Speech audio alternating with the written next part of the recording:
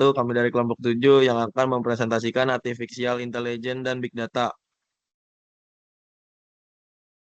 Kelompok 7 terdiri dari 4 orang, Zidan Najib dengan saya sendiri, Muhammad Hilmi Razak, Yohanes Sakti Guguna, dan Ahmad Rizky Musli. Kelompok kita menggunakan dataset online news popularity. Dan slide selanjutnya akan dibacakan oleh Sakti. Tujuan dari online news popularity memprediksi apakah sebuah artikel akan populer atau tidak berdasarkan fitur-fitur yang tersedia seperti jumlah kata, jumlah gambar, kategori artikel, dan sebagainya menggunakan algoritma logistik regression.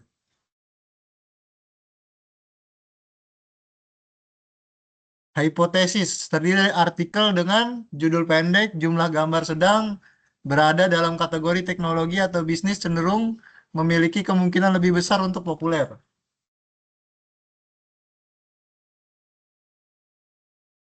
Lalu ini ada codingannya yang terdiri dari print df shape, print df info, lalu yang kedua B statistik deskriptif, ada print dalam kurung df deskriptif, describe, lalu yang C distribusi target, ada SNS count plot dalam kurung X sama dengan is popular data df. Yang kedua ada PLT title dalam kurung distribution artikel populer dan tidak populer dalam arti itu. PLT show yang D korelasi fitur. PLT figur dalam kurung fixed size berkisaran 12 sampai 8, lalu SN head map dalam kurung DF core dalam kurung numeric only sama dengan true, lalu ada K-map call warm Vmax sama dengan 0,6, PLT title dalam kurung korelasi antara fitur, lalu PLT show tunjukkan.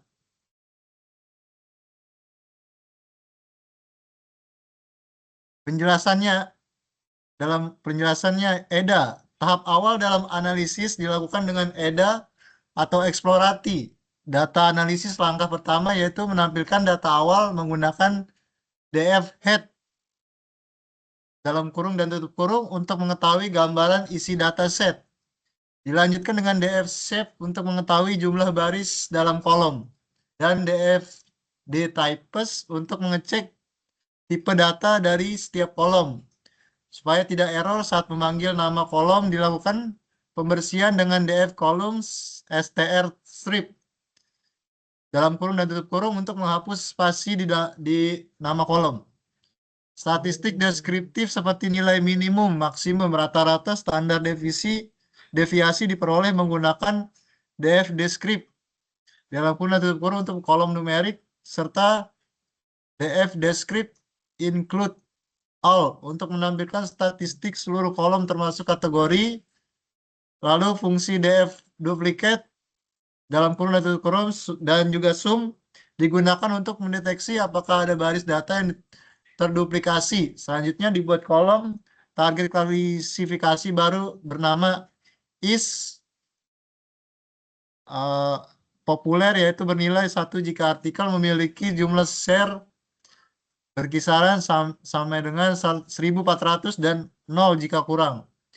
Distribusi target ini divisualisasikan menggunakan SN count plot untuk melihat populasi data yang seimbang atau tidak. Kemudian dilakukan analisis korelasi antar fitur numerik menggunakan SNS headmap agar dapat mengetahui fitur mana yang berkaitan dengan popularitas. Selain itu, distribusi fitur numerik divisualisasikan dengan histogram menggunakan df select types dalam kurung dan tutup kurung, lalu his untuk mendeteksi penyebaran data dan potensi outlier.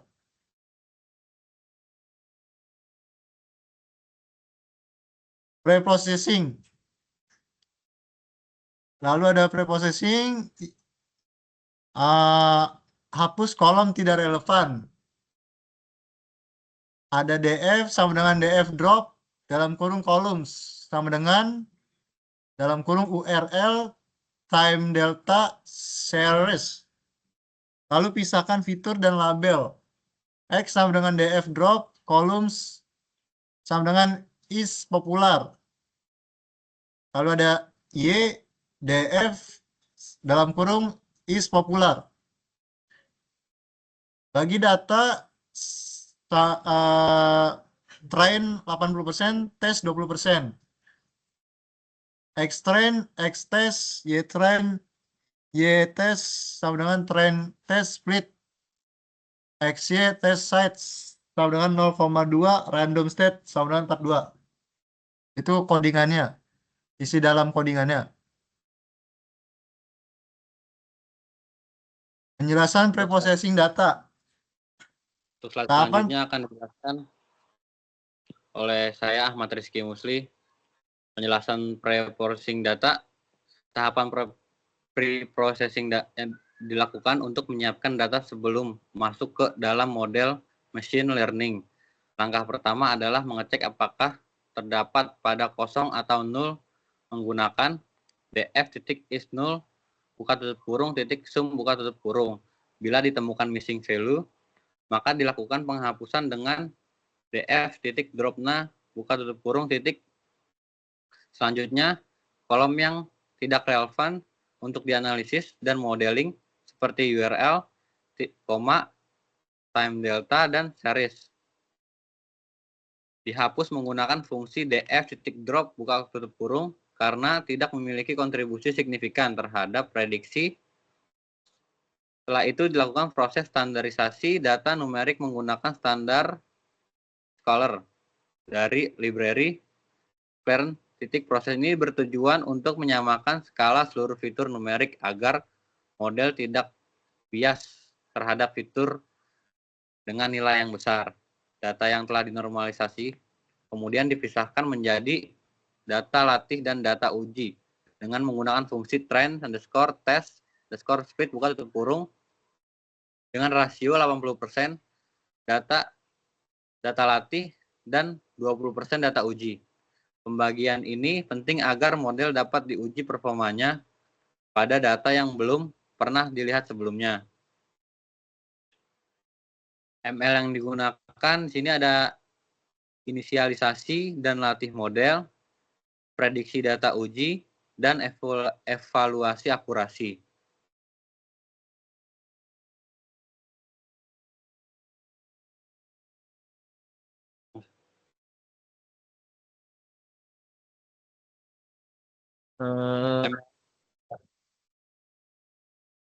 ML yang digunakan pada tahap modeling algoritma yang dapat digunakan adalah logistic regression, yaitu salah satu metode superset learning yang banyak digunakan untuk menyelesaikan permasalahan.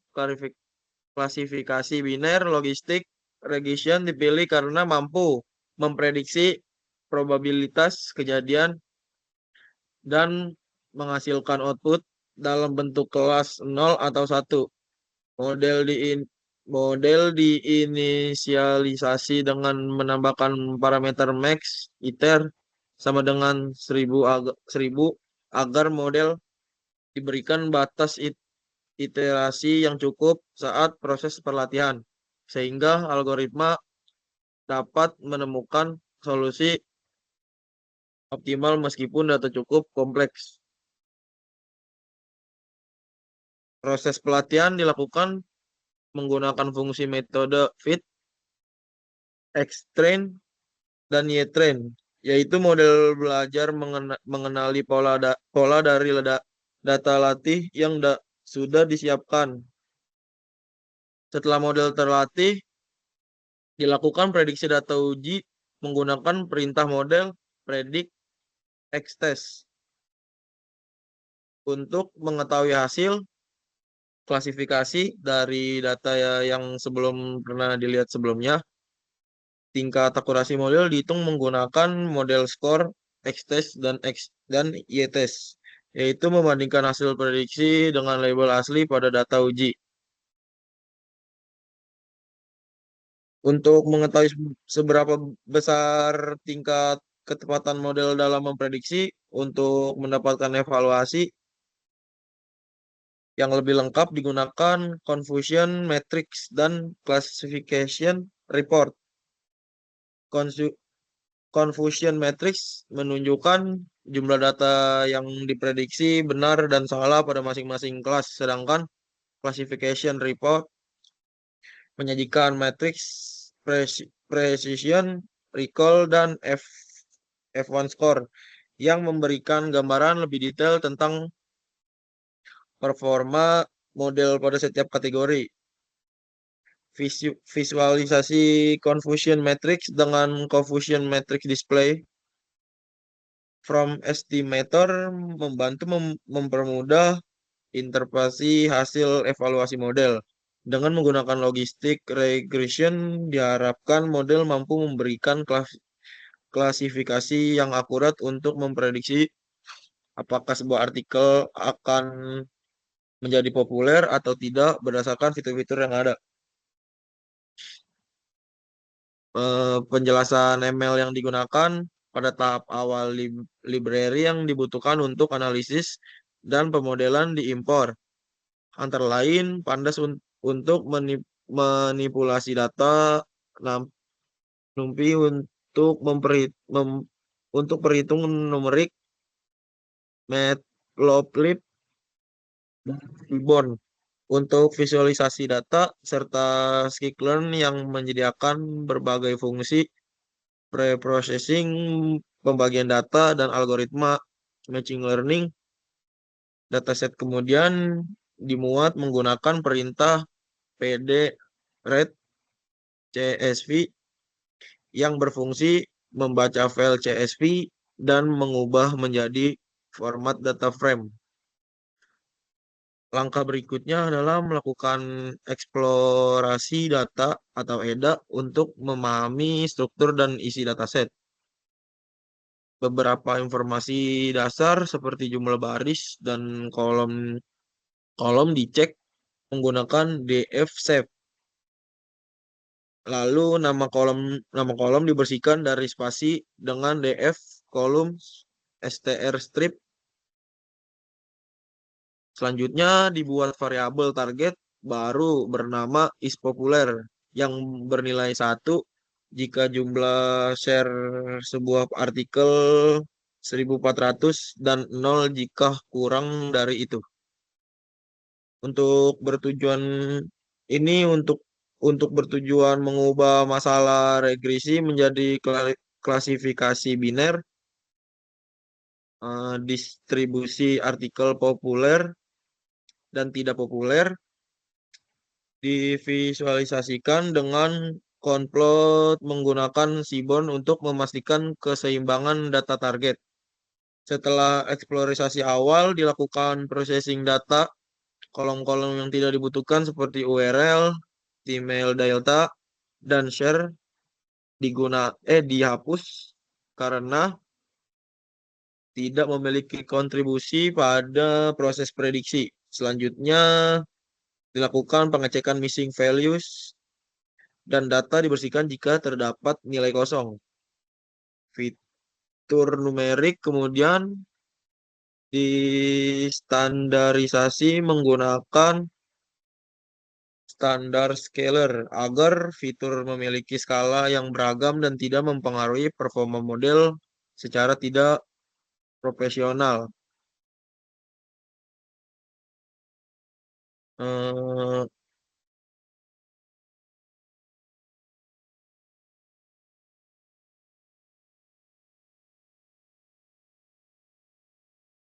Setelah data distandarisasi, pembagian dataset menjadi data latih dan data uji dengan proporsi 80% untuk pelatihan dan 20% untuk pengujian menggunakan fungsi train, test, split.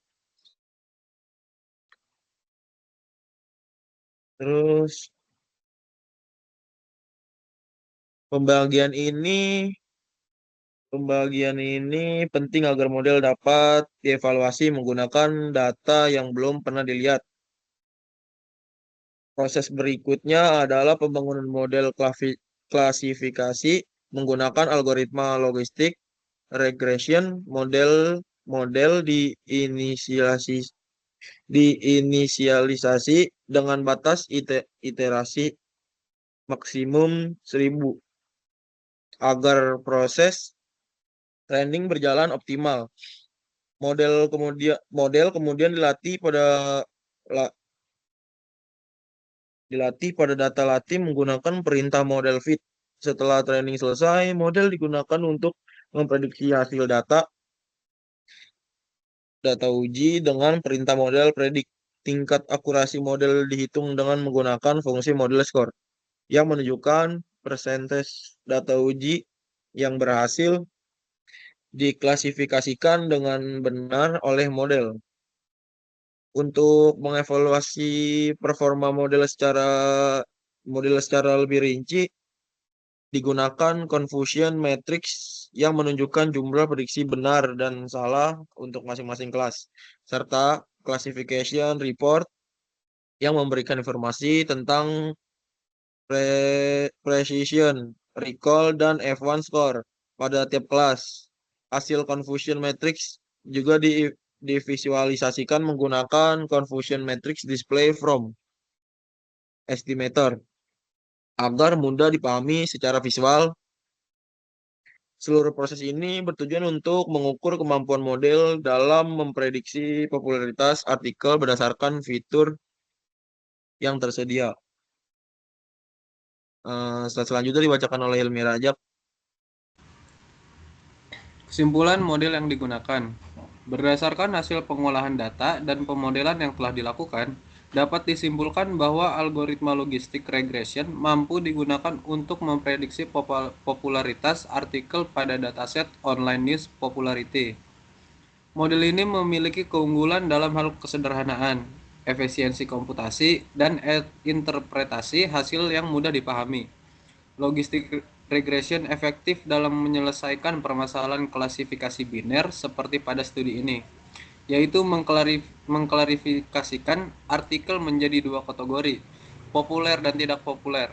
Tingkat akurasi yang diperoleh menunjukkan bahwa model dapat memprediksi dengan cukup baik pada data uji. Evaluasi yang dilakukan menggunakan confusion matrix dan classification report memberikan hasil yang seimbang antara precision, recall, dan F1 score.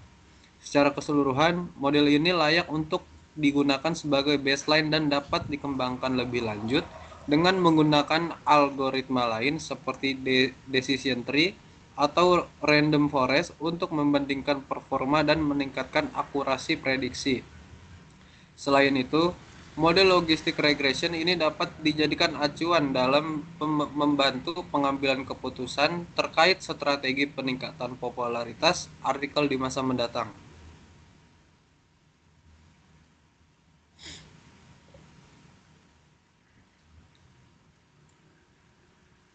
Dan slide berikutnya adalah peran tiap anggota yang mempunyai tugasnya masing-masing, kayak Rizky membuat codingan, processing, membuat PPT, membuat codingan hitung tingkat accuracy, precision, recall, dan F1 score. Dan saya Jidan Najib membuat codingan training dataset. Dan Muhammad Hilmi Rajak membuat codingan testing dan evaluate dataset. Dan Yohanes Sakti membuat codingan summary. Sekian dari kelompok saya. Bila ada salah kata, mohon maaf. Wabillahi taufiq hidayah. Wassalamualaikum warahmatullahi wabarakatuh.